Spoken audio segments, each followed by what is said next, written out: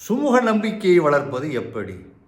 ஒருவருக்கொருவர் எப்படி நாம் பிரச்சனைகள் இல்லாமல் பழகிக்கொள்ளலாம், பேசிக்கொள்ளலாம்? நிறுவனத்தில் நான் புதிதாக போய் சேருகிறேன், அவர்களோடு எப்படி ஒட்டி உறவாடி பேசி பணி செய்து வேலை வந்து வெற்றி அடைவது?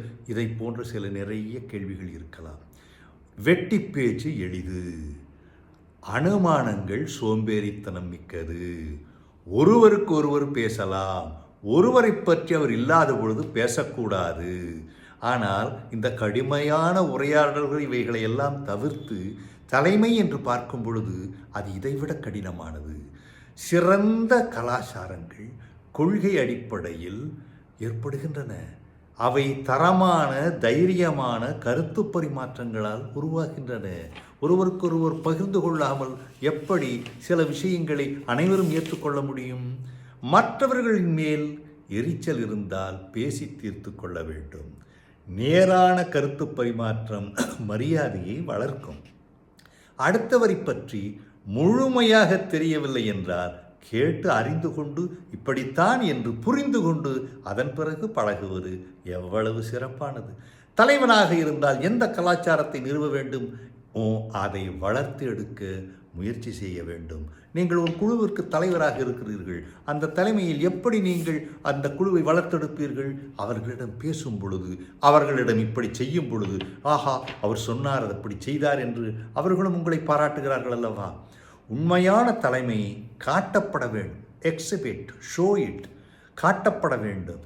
வாயில் பந்தல் போடுவது தலைமை ஆகாது.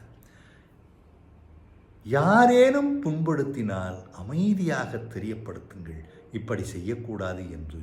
நீங்களும் அவர்களை சேர்த்து புண்படுத்தினால் என்ன நடக்கும்? நேர்மறை விளக்கம் தொடர்புகளை பலப்படுத்தும்.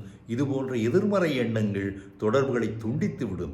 மற்றவர்களுக்காக எடுக்கப்படும் முக்கியமான முடிவுகளில் அவர்களையும் ஆரம்ப காலத்திலேயே இணைத்துக் கொள்ளுங்கள். அதேபோல், ஆஹா அவர் என்னை இணைத்து கொண்டார், நாங்கள் இதை பற்றி பேசினோம், அவருக்கும் ஒரு மகிழ்ச்சி. அந்த மகிழ்ச்சி வேறு வகையில் பணியில் வெளிப்படும். மற்றவர்களுக்காக எடுக்கப்படும் முடிவுகளில் இதை நீங்கள் முக்கியமாக அனுசரிக்க தவறாதீர்கள். பிரச்சனைகள் வந்தால் நேரடியாக எதிர்கொள்ள வேண்டும். குழு உறுப்பினர்களை குவித்து வளர்ச்சியை நோக்கி செல்வது அவசியம். கருத்து கூறுதலில் நேர்மறையாகவும் கனிவாகவும் இருக்க வேண்டும்.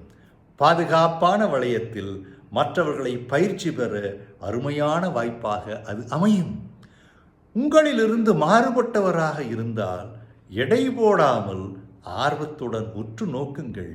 அது இணைப்பு பாலமாகவும் புரிதலுக்கு உதவும்.